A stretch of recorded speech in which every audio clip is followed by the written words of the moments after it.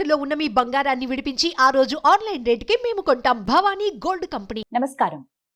వసుదేవసుతం దేవం కంస చాణూరమర్దనం దేవకీ పరమానందం కృష్ణం వందే జగద్గురుం. జై శ్రీకృష్ణ. 5000 సంవత్సరాల క్రితం అర్జునుడిని నిమిత్తంగా చేసుకుని ఆ శ్రీకృష్ణ భగవానుడు ఈ జగత్తుకు భగవద్గీతను బోధించారు. ఆ భగవద్గీతను ఎందరికో జ్ఞాన గీతగా బోధిస్తూ ఉన్నారు గీతాగాన ప్రవచన ప్రచారకర్త ఎల్వి గంగాధర శాస్త్రి గారు. భగవద్గీత ఫౌండేషన్ను స్థాపించి ఎందరికో భగవద్గీత యొక్క ప్రాధాన్యతను ఆయన తెలియజెప్తూ ఉన్నారు. ఒక్క మాటలో చెప్పాలంటే గీతా ప్రచారం కోసమే తన జీవితాన్ని అంకితం చేసినటువంటి తొలి భారతీయ గాయకులు ఎల్వి గంగాధర శాస్త్రి గారు. వారు ప్రస్తుతం మనతో పాటు ఉన్నారు. వారితో మాట్లాడదాం. గురుగారు నమస్కారం అండి. నమస్కారం గీతాంజలి గారు. ఆయుష్మాన్ భవ, శతమానం భవతి, సంపూర్ణ శ్రీకృష్ణానుగ్రహ ప్రాప్తిరస్తు. చాలా సంతోషం. మీ పాద పద్మాలకు నా నమస్కారాలు. అసలు భగవద్గీతను ఎందుకు చదవాలి? చదవటం వల్ల మనం పొందేది ఏమిటి? ఏ వయసులో చదవాలి? ఏం నేర్చుకోవాలి? భగవద్గీత అసలు ఏం చెబుతోంది? ఈ విషయాలు తెలుసుకుందాం. ఎందుకే చదవాలి అంటే జీవితంలో క్లారిటీ కోసం. భగవద్గీత చదివితే ఏమొస్తుందన్నారు కదా, అర్జునుడికి ఏమొచ్చిందో ఆలోచిద్దాం. భగవద్గీత అంతా చెప్పాడు. చెప్పిన తర్వాత చాలా జాగ్రత్తగా విన్నావా, బాగా విన్నావా అన్నాడు. ఏమర్థమైంది అన్నట్టుగా. అప్పుడు అర్జునుడు అన్నాడు, నష్టో మోహ స్మృతిర్లబ్ధా త్వత్ప్రసాదాన్మయాచ్యుతా స్థితోస్మి గత సందేహ కరిష్యే వచనం తవా.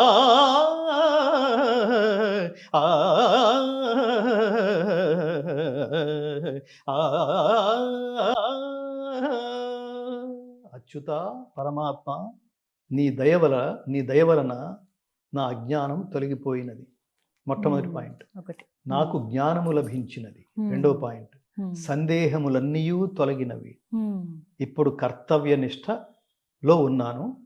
ఇప్పుడు నువ్వు ఏదైతే నాకు బోధించావో, ఇప్పుడు నేనే ఏదైతే స్వధర్మాన్ని ఆచరించవలసిన బాధ్యత నా మీద ఉందో అది ఆచరించడానికి సిద్ధంగా ఉన్నా.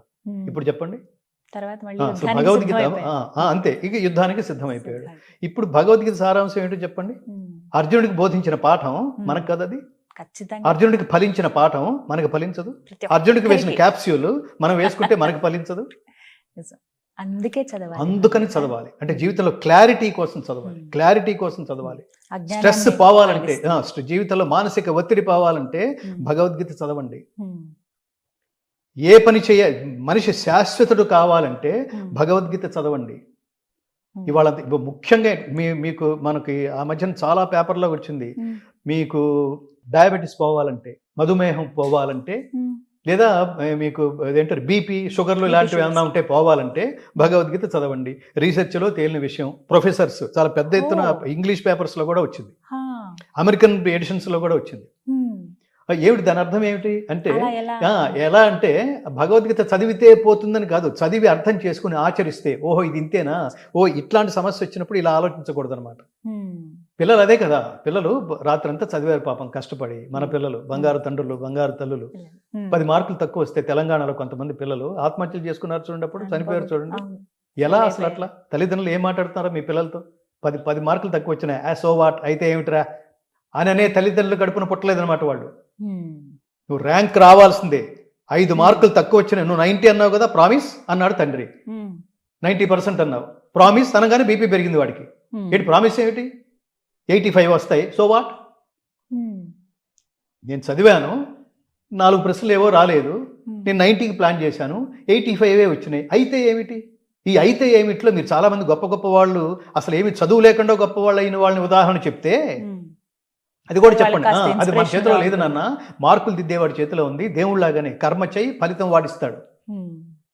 ఎందుకంటే కర్మ తాలూకు ఫలితం నీ చేతిలో లేదు. అసలు ఈ క్లారిటీ ఉండాలి అందులో.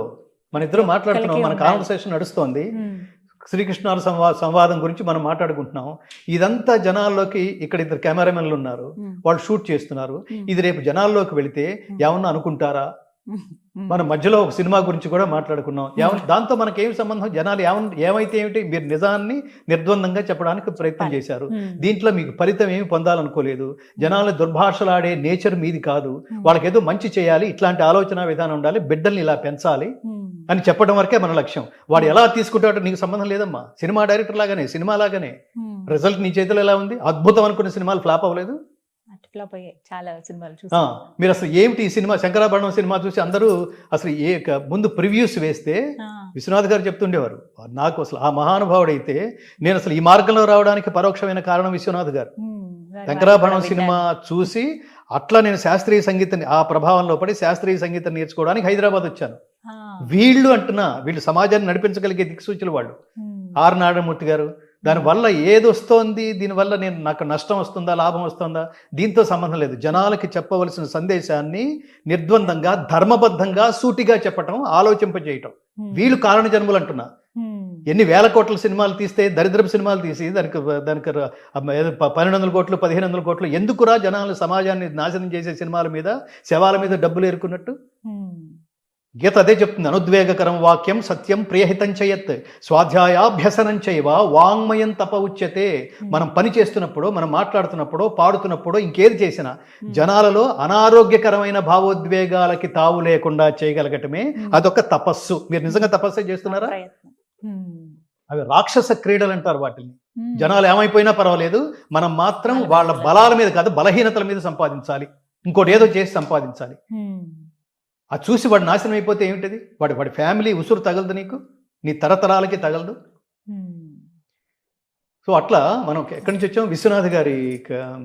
సో అట్లా ప్రభావితం చేసిన వాళ్ళు వీళ్ళందరూ మార్గదర్శకులు అంటున్నా. సమాజానికి ఇట్లాంటి వాళ్ళు మార్గదర్శకులు. అందుకని పిల్లలకి బాల్య దశ నుంచే ఎందుకు చదవాలి, బీ పాజిటివ్, అందుకు చదవాలి భగవద్గీత. బీ పాజిటివ్ అంటే ఏమిటో భగవద్గీత అర్థం చెప్తుంది. పిల్లల నుంచి అది ప్రారంభిస్తే బాగుంటుంది. అంటే చాలా వరకు ఇప్పుడు కొన్ని అంశాలు వస్తున్నాయండి. ఎలా మాట్లాడుతున్నారంటే, చదువుకుంటున్నప్పుడు స్కూల్ దశలో ఉన్నప్పుడే భగవద్గీతని పాఠ్యాంశాల్లో చేర్చాలి, అలా అయితేనే వాళ్ళకి అలవాటు అవుతుంది. ఇంట్లో తల్లిదండ్రులు ఏదో ఒక మాట చెప్తేనో, పండగకి ఒకసారి కూర్చుంటేనే, ఇలా కాదు, పాఠ్యాంశంగా భగవద్గీతను చేరిస్తే అది సరైనది అని అంటున్నారు. దీనికి మీరు సమర్థిస్తారా? అది ఒక రకంగా నేను దానికంటే ముందు పాఠ్యాంశాలు చేర్చాలి. మా భగవద్గీత ఫౌండేషన్ ప్రధానమైన లక్ష్యాల్లో మేము ప్రభుత్వాన్ని ఇప్పటికే చాలా చాలా కోరుతున్నాం. చాలా సందర్భాల్లో చెప్పాం. ఒక దశాబ్దం నుంచి మా ఫైట్ ఇదే నడుస్తోంది. ఇది మతాలకు అతీతమైన గ్రంథం. మతం అంటే వర్గం అని అర్థం, ధర్మం అంటే సార్వజనీనమైంది. భగవద్గీత మత గ్రంథం కాదు, ధర్మ గ్రంథం. అది ధర్మ గ్రంథం, ధర్మ ప్రబోధ గ్రంథం తప్ప అది మత గ్రంథం అనే ఒక వర్గానికి చెందింది కాదు. ఒక వర్గానికి చెందే ఏమంటారా పిచ్చి ఐడియాలజీ కనుక మన హిందువులకు ఉంటే సర్వే జనా సుఖినో భవంతు అని ఎందుకంటాం? ఓన్లీ హిందూ జనా సుఖినో భవంతు అన్నారు కదా. అందుకని నేనేమంటానంటే, ఈ ధర్మ ప్రబోధ గ్రంథాన్ని, నైతిక విలువల్ని పెంపొందించే ఈ గ్రంథాన్ని, కర్తవ్యం ఎలా ఆచరించాలో చెప్పే ఈ గ్రంథాన్ని, స్వార్థరహిత ఉత్తమ సమాజ నిర్మాణం జరగాలంటే ఏం చేయాలో చెప్పే ఈ గ్రంథాన్ని ముందు తల్లిదండ్రులు పిల్లలకు నేర్పించండి. నేను ప్రారంభంలో చెప్పిందే రిపీట్ చేస్తున్నాను. మీరు try to spend your valuable time with your most valuable kids. ఎలా నేర్పించాలి అంటే, ఒక చదువుకోండి, రోజుకు ఒక శ్లోకం అసలు ముందు మీరు చదవండి. మీరు చదవటం వచ్చేస్తుంది.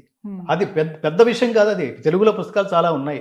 మీరు చెప్పండి. యత్ర యోగేశ్వరః కృష్ణః యత్ర పార్థః ధనుర్ధరః తత్ర శ్రీః విజయః భూతిః ధ్రువా నీతిః మతిః మమ. యత్ర యోగేశ్వరః కృష్ణః, చెప్పండి.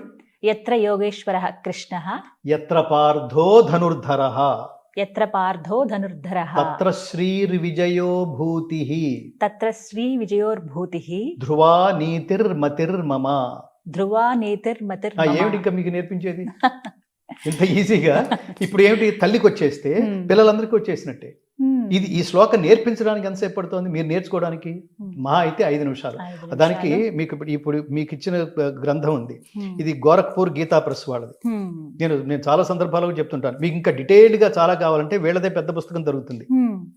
మీరు ఇంప్రెసివ్ గా చదవాలనుకుంటే మరో పుస్తకం కూడా ఉంది. అది శ్రీ శ్రీ శ్రీ విద్యా ప్రకాశానందగిరి సుఖ బ్రహ్మాశ్రమం. ఆ మహాత్ముడు ఆయన భగవద్గీతని మా మా మా భగవద్గీత రీసెర్చ్లో కూడా మేము సేకరించిన 18 గ్రంథాల్లో అవి కూడా అవి చాలా గొప్పవి. దాని మీద చాలా రీసెర్చ్ ఓరియంటెడ్గా చేశారు. అవి ప్రామాణిక గ్రంథాలు. శ్రీ శ్రీ శ్రీ విద్యా ప్రకాశానందగిరి స్వామీజీ ఈ గోరఖ్పూర్ వాళ్ళు హిందూ ధర్మాన్ని ఉద్ధరించడానికే పుట్టారు. వీళ్ళు కారణ జన్మలు. సో అందుకని మీరు ఆ పుస్తకం తెరిస్తే మీకు ఫస్ట్ శ్లోకం ఉంటుంది. శ్లోకం కింద పదచ్ఛేదం ఉంటుంది. అంటే ఒక్కొక్క పదం ఎలా మీరు విడదీయాలో మీకు చెప్పేట్టుగా. ఇంకొక 10 పేజీలు తీయండి. ఏతాన్న హంతుమిచ్చామి. మీకు ఆ కింద పదచ్ఛేదం ఉంది చూడండి. అది చదవండి. విడదీసి ఇప్పుడు అక్కర్లేకపోయినా మీరు శ్లోకం, దాని కింద పదచ్ఛేదం, దాని కింద ప్రతి పదానికి అర్థం, దాని కింద మొత్తం శ్లోకానికి తాత్పర్యం. చాలా బ్రీఫ్ గా ఉండే చాలా గొప్ప పుస్తకం ఇది. చాలా క్లియర్ గా ఉంది. మీకు నేర్చుకోవడానికి పెద్ద 5 నిమిషాల కంటే పట్టదు. మీ పిల్లలకి నేర్పించడానికి 10 నిమిషాల కంటే పట్టదు. దాన్ని తాత్పర్యంతో సహా దేవుడు ఏమంటున్నాడంటే అని అలా పిల్లలకి చెప్పండి. నువ్వు ఏ కర్మణ్యేవాధికారస్తే అన్నాడరా, నువ్వు పని చెయ్యి, నువ్వు బాగా చదువు, దాన్ని అలా చెప్పండి. నువ్వు బాగా చదువు, టీచర్ మార్కులు వేస్తుందా, బాగా చదవకపోతే కొడుతుందా, ఇలాంటి చదువుతున్నప్పుడు అన్నెసరీ డీవియేషన్స్ వద్దు, బాగా చదువు. దాన్ని పూర్తి ఫస్ట్ లెవెల్లో బట్టి పట్టేసి తర్వాత దాన్ని అర్థం చేసుకోవడానికి ట్రై చేయి. 2 రోజులు 4 అని అట్లా చెప్పేసేయద్దు. ఫస్ట్ లెవెల్ అది. సెకండ్ లెవెల్ 2 4 ఎలా అయింది, 1 2 ప్లస్ 1 2 అప్పుడు 1 2 3 4 అయిందనమాట. ఇలా అలా వాడు అర్థం చేసుకుంటూ చదివితే అర్థం లేకుండా అర్థం తెలుసుకోకుండా ఏ పని చేసినా జీవిత పరమార్థం తెలియదు, బోధపడదు. అందుకని ఏ విషయమైనా బట్టి పట్టేసి చేయొద్దు, మార్కుల కోసం చేయొద్దు, ర్యాంకుల కోసం చేయొద్దు, నాలెడ్జ్ కోసం చదవండి. కొన్ని సందర్భాల్లో నువ్వు 100 మార్కులు తెచ్చుకుంటే నువ్వు పాస్ అవుతావురా, ఒరే నీకు 25 మార్కులు చాలురా ఇట్లా అన్నావు అనుకోండి, ఆ 25 మార్కుల స్టాండర్డ్లోనే ఉండిపోతాడు. దాని ప్రభావం సమాజం మీద, దాని ప్రభావం దేశం మీద కూడా ఉంటుంది. Be with 100%. డల్ స్టూడెంట్ అట్లా వేయదు. ప్రతివాడు మనకు చాలా, ఈ జాతికి చాలా గొప్ప ఉదాహరణ అంబేద్కర్. ఎక్కడున్నాడండి ఆయన, ఏ స్థాయిలో ఉన్నాడు? ఆయనకి మనం దండేస్తున్నాం అంటే మనకు అర్హత ఉండాలి. అంబేద్కర్ మన జాతికి నేత, ఒక పర్టికులర్ సెక్షన్స్ కాదు, మహానుభావులు. వీళ్ళ జాతికి అట్లాంటి మహానుభావుల దగ్గర నుంచి, కారణ జన్ముల దగ్గర నుంచి, అట్లాంటి కర్మయోగుల దగ్గర నుంచి జాతి కోసం కృషి చేసిన వాళ్ళు కదా. ఆయన ఏమనుకున్నాడో ఆ లక్ష్యాలను నెరవేర్చే మార్గంలో ఉంటేనే నేను ఆయన భక్తుని అవుతాను. నేను ఆయన వాడుకుంటున్నాను అనుకోండి, రాజకీయాల కోసమో స్వార్థాల కోసం వాడుకుంటున్నాను అనుకోండి, ఇంకా నువ్వు మనిషివే కాదు. అప్పుడు భక్తుడు ఎలా అవుతాడు? భక్తుడు ఎలా అవుతాడు? స్నేహితుడు ఎలా అవుతాడు? గురువు ఎలా అవుతాడు? గురువుకి మనం ఇచ్చే నిజమైన నివాళి ఏమిటంటే, నేను ఇవన్నీ షార్ప్గా ఎందుకు చెప్తానంటే గీతాంజలి గారు, నేను అలా చేశాను. నా గురువు పేరు నిలబెట్టాను. నా గురువుకి నేను ఇవాళ మీ ముందు కూర్చుని నేను భగవద్గీత నేను చెప్పగలుగుతున్నానంటే నా మొదటి గురువు మా నాయనమ్మని చెప్పాను. నేను స్కూల్కి వెళ్తే మీరు ఇందాక అడిగిన ప్రశ్న, స్కూల్స్లో కూడా పెట్టాలా? తప్పకుండా పెట్టాలి. ఒకప్పుడు తప్పకుండా చెప్పేవాళ్ళు. ఇప్పుడు హిందువులకి పుట్టిన భయంకరమైన వ్యాధి, భయంకరమైన జబ్బు పేరు సెక్యులర్. ఆ సెక్యులర్ అనే జబ్బు పట్టిన హిందువులు మన స్కూల్స్లోనే ఉండి, నాలాంటి వాళ్ళు ఎవరైనా వచ్చి నేను పిల్లలకి భగవద్గీత నేర్పిస్తానంటే, సార్ మీరు రావద్దు సార్ దయచేసి, ఇది సెక్యులర్, దీని పేరు సెక్యులర్ట. అందుకని ఈ సెక్యులర్ కాంపౌండ్లోకి మీరు వచ్చి భగవద్గీత నేర్పిస్తే ఆ పక్కనే ఉండే ముస్లిమ్స్, ఆ పక్కనే ఉండే క్రిస్టియన్స్ హర్ట్ అవుతారు సార్. భగవద్గీత చెప్తే హర్ట్ అవుతారు. ఇంతటి మానసికమైన క్షుద్రం, గీత ప్రారంభంలోనే అంటాడు కృష్ణుడు, క్షుద్రం హృదయ దౌర్బల్యం త్యక్త్వా ఉత్తిష్ట పరంతప. ఈ నీచమైన మనో దౌర్బల్యాన్ని వదిలిపెట్టు అన్నాడు కృష్ణుడు. ఇట్లాంటి నీచమైన అనేక రూపాల్లో ఉన్న మనో దౌర్బల్యాలలో హిందువులకు పట్టిన, హిందూ సంఘాలు కదా, హిందువులకి తర్వాత ఈ సెక్టార్స్కి, ప్రభుత్వ సెక్టార్స్కి, ఈ స్కూల్స్కి, వ్యవస్థల్లో పట్టిన జబ్బు పేరు సెక్యులర్ అన్నమాట. అసలు వీడికే దీని గురించి తెలియదు. ఇప్పుడు మనందరూ కర్మణ్యవాదిగా డూ యువర్ డ్యూటీ, ఒరే బాగా చదువు నాన్న, మంచి మార్కులు వస్తాయి, నువ్వు రిజల్ట్ కోసం చదువుకున్నా, రిజల్ట్ కొంచెం అటు ఇటు అయితే నువ్వు హర్ట్ అవుతావు, నువ్వు రకరకాల ఆత్మహత్య ప్రయత్నాలు చేస్తావు, దాంతో మనకు సంబంధం లేదు. బాగా చదువు, రిజల్ట్ దేవుడి మీద వదిలిపెట్టు. ఇందులో దేవుడు ఎక్కడైనా ఉన్నాడా? భక్తుడు ఎక్కడైనా ఉన్నాడా? కేవలం గురువు స్టూడెంట్ మధ్యన జరిగిన అత్యద్భుతమైన కాన్వర్సేషన్ కనిపిస్తోంది. ఓ మంచి నీతి వాక్యం చెప్పాడే, నీ హితవు కోరి ఇవన్నీ మాట్లాడాడే. ఇది ఎట్లా మత గ్రంథం అవుతుంది? ఇంకా లాజికల్ గా మాట్లాడితే 2000 సంవత్సరాలు క్రిస్టియానిటీ, 1400 సంవత్సరాలు ఇస్లాం, భగవద్గీత 5,000 సంవత్సరాల క్రితం. అంత క్రితం రాముడు.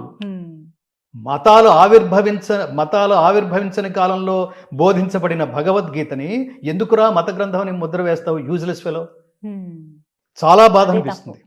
భగవద్గీత కాబట్టి ఏంటంటే తర్వాత రియలైజ్ మళ్ళీ వీళ్ళే బొట్లు పెట్టుకుంటారు. అది చూడండి, హిందువులనే ప్రభుత్వ సెక్టార్స్ లో ఉన్న వాళ్ళు బొట్లు పెట్టుకుంటారు, హిందూయిజానికి ఏమి చేయరు. మన భగవద్గీత ఫౌండేషన్ ఆఫీసుని దర్శించని, ఆఫీసుకి రాని, ఆఫీసుకి నా ముందు మోకరిల్లని, ఇది నేను అహంకారంతో చెప్పడం లేదు, మోకరిల్లని పెద్దవాళ్ళంటూ లేరు, చేసిన వాళ్ళు లేరు. దీన్ని ముందుకు తీసుకువెళ్ళడానికి ప్రయత్నించే ప్రభుత్వ శాఖల్లో మంత్రులు, ఎండోమెంట్స్ డిపార్ట్మెంట్స్ వాళ్ళు, ఎండోమెంట్ మినిస్టర్స్ వీళ్ళు వస్తారు, నమస్కారం పెడతారు. దీనికి ఏదైనా చేయంటే మీకు తెలుసు కదా గురుగారు, మాకు బడ్జెట్లు ఉండవు. ఇంట్రెస్ట్ లేదు, నీకు బడ్జెట్ లేదు కాదు, ఇంట్రెస్ట్ లేదు. ఇంకా ఎవరు చెప్తారు? దానికి ఎండోమెంట్స్ అని పెట్టి ఎండోమెంట్స్ తీసుకెళ్ళకపోతే అసలు ప్రతి జీవితంలోకి వెళ్ళవలసిన మోస్ట్ ఇంపార్టెంట్ సబ్జెక్ట్ కదా. ఇవాళ సమాజం ఎలా ఉందండి? పొద్దున్న లేస్తున్నాడు పిల్లాడు, చదువుతున్నాడు, చదువు పేరుతో స్ట్రెస్ అంతా మూట కట్టుకుంటున్నాడు. ఆ తర్వాత పెద్దవాడయ్యాడు, ఉద్యోగం చేశాడు, ఉద్యోగంలో కూడా టార్గెట్ పేరుతో స్ట్రెస్ నెత్తి మీద పెట్టుకుని తిరుగుతున్నాడు. 30-40 ఏళ్ల లోపలే రోగాలు లేని వాడంటూ లేడు. వీటన్నిటి నుంచి ప్రశాంతమైన జీవితం, వీటన్నిటి నుంచి స్ట్రెస్లెస్ లైఫ్, వీటన్నిటి నుంచి చాలా ఆనందకరమైన జీవితం, అసలు ఆనందం అంటే ఏమిటో తెలుసుకునే జీవితం. ఇది కాక give back to the society. ఏదైతే దేవుడు నీకు శక్తులు ఇచ్చాడో ఇవి ఏదో రూపంలో, సేవ రూపంలో ప్రపంచానికి అందించడం. Try to spend your valuable time for the society. రోజుకి 1/2 గంట లేదా సమాజం గురించి ఆలోచించేది. ఎందుకు బాల్యదశ నుంచే భగవద్గీత నేర్పించాలి అంటే, నేర్పిస్తే ఏమవుతుందంటే వీళ్ళల్లోంచే ఒకడు పొలిటీషియన్ అవుతాడమ్మా. ఈ నేర్చుకున్న వాళ్ళతో ఒక పొలిటీషియన్ అవుతాడు. లేకపోతే ఎలా ఉంటుందంటే, ఈ ఉచితాలు అనే దరిద్రాలు ఉన్నాయి చూడండి, అది అనుచితం, సముచితం కాదు. ఎవరికి పడితే వాడికి ఇచ్చేస్తున్నాడు చూడండి. నేను ఇందాక చెప్పింది, ప్రకృతి వైపరీత్యాల వల్ల సర్వనాశనం అయిపోయిన వాళ్ళకి ఉచితం ఇవ్వండి. వాళ్ళు కూడా పోషించుకోలేని శారీరక దుర్బలులకి ఉచితం ఇవ్వండి, కంపల్సరిగా ఇవ్వాల్సిందే. కానీ అన్నీ ఉన్న వాళ్ళకి అన్నీ వెళ్ళిపోతుంటే చూడండి, ఎగ్జిక్యూషన్ లేకుండా అనర్హులకు కూడా వెళ్ళిపోతుంటే చూడండి. వాడికి 100 కోట్లు ఉన్నాయి, వాడికి ఈ రైతు బీమానే ఏదో అంటారు చూడండి, వాడికి ఎందుకు? వాడికి 1000 కోట్లు ఉన్నాయి, 100 ఎకరాలు 1000 ఎకరాలు, వాడికి ఎందుకండి? వాడికి ఎందుకు? పాపం ప్రకృతి వైపరీత్యం కనుక జరిగితే అది నాకు ఇన్ని ఎకరాల పొలం, నేను ఇదంతా అమ్మేసుకోవాలి లేదా నేను ఆత్మహత్య చేసుకోవాలి అనే స్థితిలో ఉండే బడుగు రైతు ఉంటాడే, వాళ్ళకి ఇవ్వండి. వాళ్ళు కాపాడుకోవాలి, వాళ్ళు మన జీవితాన్ని పోషిస్తుంది వాళ్ళే, అన్నదాతలు వాళ్ళే, వాళ్ళకి ఇవ్వండి. వ్యాపారాలు చేసే వాళ్ళకి ఇవ్వద్దు. అప్పుడు డబ్బు ఏమవుతుంది? ఈ డబ్బు ఎవరిది? మనదే. ఇట్లాంటి డబ్బంతా ఏమైపోతుంది? దుర్వినియోగం అవుతుంది కదా. నీకు అంటే ఆర్థిక క్రమశిక్షణ లేదనమాట. అదే మా ఆవేదనలో కూడా మేము చాలా వ్యవస్థగా రూపొందించి ప్రతివాడికి భగవద్గీతను చేర్చాలి. మా క్యాప్షన్ ఇంటింటా గీతా జ్యోతి, మా లక్ష్యం అది. మేము పైసా వెతుక్కుంటూ, వాళ్ళు 100 రూపాయలు ఇస్తే, వీళ్ళు 200 రూపాయలు ఇస్తే, ఇక్కడున్న ఫ్లాట్కి రెంట్ కట్టుకుంటూ, ఈ నెల రెంట్ ఎలా అని వెతుక్కుంటూ, అలా ఎలా మేము మీ నోటీసుకి తీసుకొచ్చినా మీరు స్పందించకపోతే ఎలా? ఇలా ఎన్నో ఎదుర్కొన్నారు ప్రాజెక్టులు అన్నట్టు. ఇవి భగవద్గీత కేవలం భారతదేశానికి మాత్రమే కాదు, సర్వమానవాళికి. అందుకని ఇది ప్రపంచంలో వీలైనన్ని ప్రపంచ భాషల్లోకి దీన్ని రికార్డ్ చేసి విడుదల చేయాలనేది. పుస్తకం చదవట్లేదు తల్లి, పుస్తకాలు చదవట్లేదు, ఓపిక లేదు, తీరిక లేదు, దానికి ఓ మానసిక స్థితి కావాలి, లేదు. అదే ఆడియో అయితే దానివల్ల చాలా ఉపయోగం ఉంటుంది. మీరు ఇంటి నుంచి మీరు డెస్టినేషన్కి వెళ్ళే లోపల, ఇంటి నుంచి ఆఫీస్కి వెళ్ళే లోపల, లేదా ఆఫీస్ నుంచి ఇంటికి వచ్చే లోపల అలా పడేస్తారు. ఆ సీడీనో లేదా పెన్ డ్రైవ్ పెడతారు, అది మోగుతూ ఉంటుంది, స్ట్రెస్ అంతా పోతుంది. 2 రోజులు 3 రోజులు కాన్సన్ట్రేట్ చేస్తావు, ఎక్కడో ఒక శ్లోకం నిన్ను హాంట్ చేస్తుంది. భలే చెప్పాడురా అనిపిస్తుంది. నిజమే కదా, నిన్ను ఇట్లా ఆలోచించానేంటి. భగవద్గీత ఎంత శక్తివంతమైన మంత్రసహితమైన గ్రంథమో, జస్ట్ బిలీవ్ మీ, మిమ్మల్ని ఆలోచించకుండా ఉత్తమ మార్గం వైపుకి ప్రయాణించే స్ఫూర్తిని ఇవ్వకుండా వదలదు. ప్రతి శ్లోకం అలాగే ఉంటుంది. భగవద్గీతను చదవటం ముఖ్యమా? ఆ భగవద్గీత చదివే గ్రంథం కాదు, అంటే కేవలం చదువుతూనే ఆపేసే గ్రంథం కాదు. భగవద్గీత ఆచరణ గ్రంథం. It is a practising text, not reading text. కానీ చాలా మంది ముందు ప్రారంభించే దిశగా చదవండి, అది ఫస్ట్ లెవెల్. చదవడం ముఖ్యమంటారా, వినడం అనేది ముఖ్యమంటారా? ఏదైనా ఒకటే. మీకు మీరు ఏకసంతాగ్రహి అయితే మీరు వినేసినా వచ్చేస్తుంది. అది అయితే మీరు కాన్సన్ట్రేట్ చేయాల్సింది ఏ ఉద్దేశంతో చెప్తున్నాడో అర్థం చేసుకోవాలి. తాత్పర్యం కూడా వింటే అర్థం. తాత్పర్యం వినాలి, ఎందుకంటే మీకు సంస్కృతం తెలియదు. తెలియనప్పుడు మీకు తెలిసే భాషలోకి అదేదో ఆ భాషలోకి తాత్పర్యం చెప్పబడాలి. మనం ఇప్పుడు తెలుగు చేసాం, ఇంగ్లీష్ కూడా రికార్డ్ చేసాం. ఏవేవి ఆలోచన ఉంది గురువు గారు మీకు ఎన్ని భాషల్లో? ఇంగ్లీషు,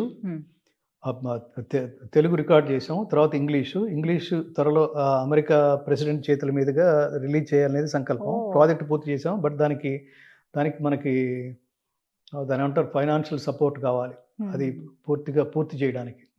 తర్వాత కృష్ణుడు పుట్టిన మధురకి చేర్చాలనేది సంకల్పం, హిందీలో రికార్డ్ చేసి.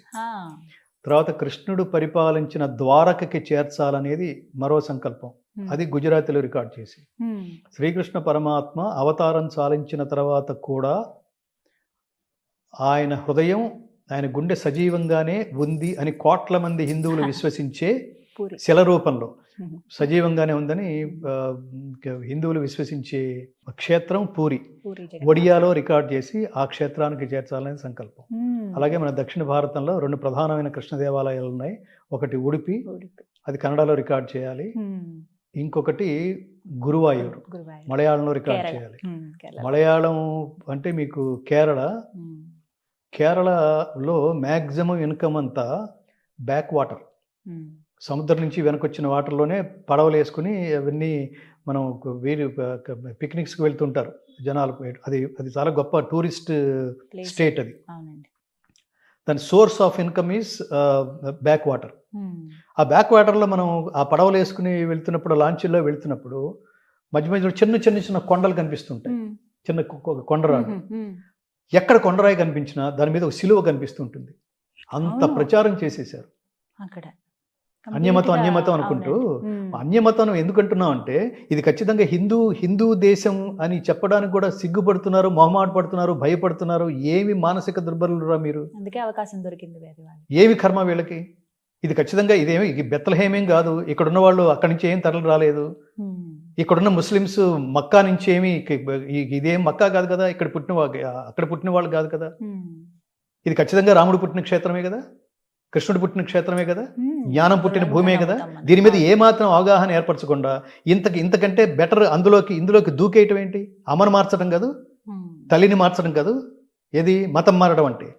ఇన్విజిబుల్ మదర్ అంటారు. నీ కంటికి కనిపించని నిన్ను ప్రభావితం చేసే, నిన్ను అత్యద్భుతంగా నైతిక విలువలతో కూడిన విద్యాబోధన చేస్తూ నిన్ను తీర్చిదిద్దగలిగే తల్లి మతం. మనది కూడా మతం అనుకుంటే. అలాంటి తల్లి ప్రపంచంలో ఇంతటి గొప్ప లక్ష్యంతో పిల్లలు ఎదగడానికి అవకాశం ఇచ్చే బోధకురాలు, టీచరు ఒక్క భారతమాతే, అందుకని మేరా భారత్ మహాన్ అని ఫ్రీక్వెంట్గా చెప్తుంటాను. ఇంతకంటే బెటర్ అయితే నువ్వు క్రిస్టియానిటీలోకి వెళ్ళు, ఇంతకంటే బెటర్ అయితే క్రిస్టియానిటీలోకి వెళ్ళు. బెటర్ అవ్వడానికి నాకు మళ్ళీ దృష్టాంతాలు చూపించాలి. తస్మాత్ శాస్త్రం ప్రమాణంతే కార్యకార్య వ్యవస్థితవు జ్ఞాత్వా శాస్త్ర విధానోక్తం కర్మ కర్తుమిహార్హసి. నీకు ఏది తెలుసుకోవాలో, ఏది తెలియకూడదో, ఏది తెలుసుకొనదగనిదో, ఏది తెలుసుకొనవలసినదో నువ్వు తెలుసుకోవాలంటే నీకు శాస్త్రమే ప్రమాణం. అది గీతాశాస్త్రం. సహేతుకంగా చెప్తాం. అయితే చాలా సవాళ్ళు ఉంటాయి. చాలా సవాళ్ళు. కేరళలో మీకు కొద్దిగా, నేను గురువాయూరుకి వెళ్ళాను. ఆ క్షేత్రాలను దర్శించడానికి, అనంత పద్మనాభ స్వామి ఆ క్షేత్రాలను దర్శించడానికి వెళ్ళాను. కానీ ఈ మధ్యలో ఇవన్నీ చూస్తున్నప్పుడు అసలు ఏం ఐడియాలజీకి కనెక్ట్ అయ్యి ఆ మతాల్లోకి మీరు గంతులేశారా, దూకారు మీరు. ఎంత నిజంగానే గొర్రెదాటు కదది, ఎంత దారుణం అది. ప్రపంచంలో మీకు ఏదైనా సందేహం వస్తే ఆ సందేహాన్ని మళ్ళీ తర్వాత కౌంటర్ క్వశ్చన్ వేయకుండా ఆ సందేహ నివృత్తి చేయగలిగే ఏకైక మతం, ఏకైక ధర్మం, ఏకైక మార్గం ఒక్క హిందూ మార్గం ఒక్కటి. మిగతావన్నీ బ్లైండ్గా వాడేదో చెప్పాడు, వీడేదో విన్నాడు, నేను వచ్చేస్తున్నా అన్నాడు, గొర్రెదాటు అందులోకి పోయారు. కానీ ఇది అట్లా కాదు, అది చాలా సహేతుకంగా చెప్తుంది. సహేతుకంగా మీరు చెప్పిన ప్రతి ఆన్సర్కి, ప్రతి ప్రశ్నకి ఇంత అద్భుతంగా సమాధానం చెప్పగలిగేవాడు ఒకడు. మీరు ఏదైనా ప్రశ్న వేయండి, ఎందుకు నేను ఇలా ఉన్నాను చెప్తుంది. మళ్ళీ మీకు జన్మ ఉందా చెప్తుంది. ఆ జన్మ ఎందుకు ఇప్పుడు ఇలా ఉన్నావు, ఎందుకు బాధపడుతున్నావు, నువ్వు ఇప్పుడు బాధపడుతున్నావు అంటే ఎప్పుడో చేసిన దుష్కర్మ ఫలితం అనుభవిస్తున్నట్టు లెక్క. ఇప్పుడు నువ్వు సంతోషంగా ఉన్నావంటే ఎప్పుడో నువ్వు చేసిన సత్కర్మ ఫలితం, ధర్మ ఫలితం అనుభవిస్తున్నట్టు లెక్క. ఎవరిని అడగక్కర్లేదు. అనేక సందేహాలకి కాబట్టి ఈ ఇలా ఇన్ని భాషల్లో మ్యాక్సిమం ఏంటంటే రాబోతోంది. ఇన్ని భాషల్లో రాబోతోంది. ఇన్ని భాషలో రాబోతోంది. అంటే నేను అటు బాటం లైన్గా దీని ఇందాక చెప్పిన దానికి బాటం లైన్గా చెప్పాలనుకుంటుంది, దయచేసి అత్యున్నతమైన నీ నుంచి ప్రతిఫలం ఏమీ ఆశించకుండా నిన్ను తీర్చిదిద్దడానికి సిద్ధంగా ఉన్న హిందూ ధర్మాన్ని వదిలిపెట్టదు. ఇక్కడ ఎవడో చెప్పినందుకు ఎవడో డబ్బులు తీసుకోడు. స్వామీజీలు ఉపన్యాసాలు చెప్తుంటారు, వాడేదో కన్వీనియన్స్ ఇచ్చి ఉండొచ్చు, చెప్పిన వాడికి నిర్వాహకుడు మాత్రం. కానీ కింద కూర్చున్న లక్షల మంది మా దగ్గర నూనె వాడితే అది తగ్గుతుంది, ఇది తగ్గుతుంది, ఏది తగ్గదు, ఉన్నది కూడా రాలిపోతుంది. అట్లా ఏమి అంతము లేని ఈ భువనం అంతా పురాతన పాంధశాల. ఇదంతా తిరువరులు బాటసార్లు వెళ్ళే ఒక మహోత్కృష్టమైన క్షేత్రం భారతదేశం. ఎవడైనా ఎక్కడి నుంచైనా వచ్చి కాసేపు అక్కడ కూర్చుని ఈ ధర్మబోధ వినేసి తరించి ఆచరించి తరించవచ్చు. అంతటి మహోత్కృష్టమైన దేశం. Edwin Arnold, max Muller, open hammer, warn Hastings, Einstein, Aldous Huxley, David ఫ్రాలే అనే ఆయనకి సంస్కృత ప్రొఫెసర్, అమెరికాలో ఉన్నాడు. అతనికి పద్మభూషణ్ ఇచ్చి గౌరవించింది మన దేశం. అతను తన పేరు మార్చుకున్నాడు. అతను ఇక్కడున్న హిందూ ధర్మాన్ని చదువుతూ ఈ గ్రంథాలని చదువుతూ నా పేరే నాకే నచ్చలేదు అని అతను వామదేవ శాస్త్రి అని మార్చుకున్నాడు. అతను ఇక్కడ ఎవరో మారమని ఎవరో చెప్పలేదు. అలాంటి దేశం ఇది. అందుకని దయచేసి కన్వర్షన్స్ పేరుతో తల్లుల్ని మార్చకండిరా. తల్లుల్ని మార్చమని చెప్పేవాడు, తల్లుల్ని మార్చేవాడు, మతం పేరుతో తల్లిని మార్చేవాడు నీచుడని అర్థం. ఐడియాలజీ లేదని అర్థం, అమాయకుడని అర్థం, మూర్ఖుడని అర్థం, అజ్ఞానని అర్థం, మినిమం నాలెడ్జ్ కూడా. నేను సింపుల్ ఉదాహరణ చెప్తుంటాను. నా తల్లి యావరేజ్గా ఉంటుంది, నా పక్కింట్లోనే పక్క పోర్షన్లో ఐశ్వర్యరాయ్ ఉంటుంది అనుకోండి. ఐశ్వర్యరాయ్ అందంగా ఉంటుంది కాబట్టి నా తల్లి ఆవిడే, ఈ తల్లి కాదు, సారీ ఆమె తూచి అంటాము మనం. ఈవిడ అందంతోనూ ఈవిడ యావరేజ్నెస్తోనూ మనకేమి సంబంధం? నా తల్లే, నన్ను తీర్చిదిద్దింది నా తల్లే. గొప్ప దేహము విజ్ఞానము బ్రహ్మోపదేశమిచ్చి ఇహపరాలు సాధించి హితమిచ్చిన తండ్రిని. నా తండ్రే. వాడెవడో మధ్యలో వచ్చి వాడి సౌలభ్యం కోసం బాప్టిజం అని ఒకడు అంటాడు, ఇక్కడ సంతకం పెట్టమంటాడు. మీకు దాని మీద వీటి మీద రాబోయే రోజుల్లో నేను అసలు ఈ ప్రభుత్వాన్ని ముఖ్యమంత్రుల్ని కూడా మీరు అందరినీ సమానంగా చూడండి. కానీ మీరు హిందూ అని బలవంతంగా ప్రకటించుకోండిరా నాన్నలారా, ముఖ్యమంత్రులారా.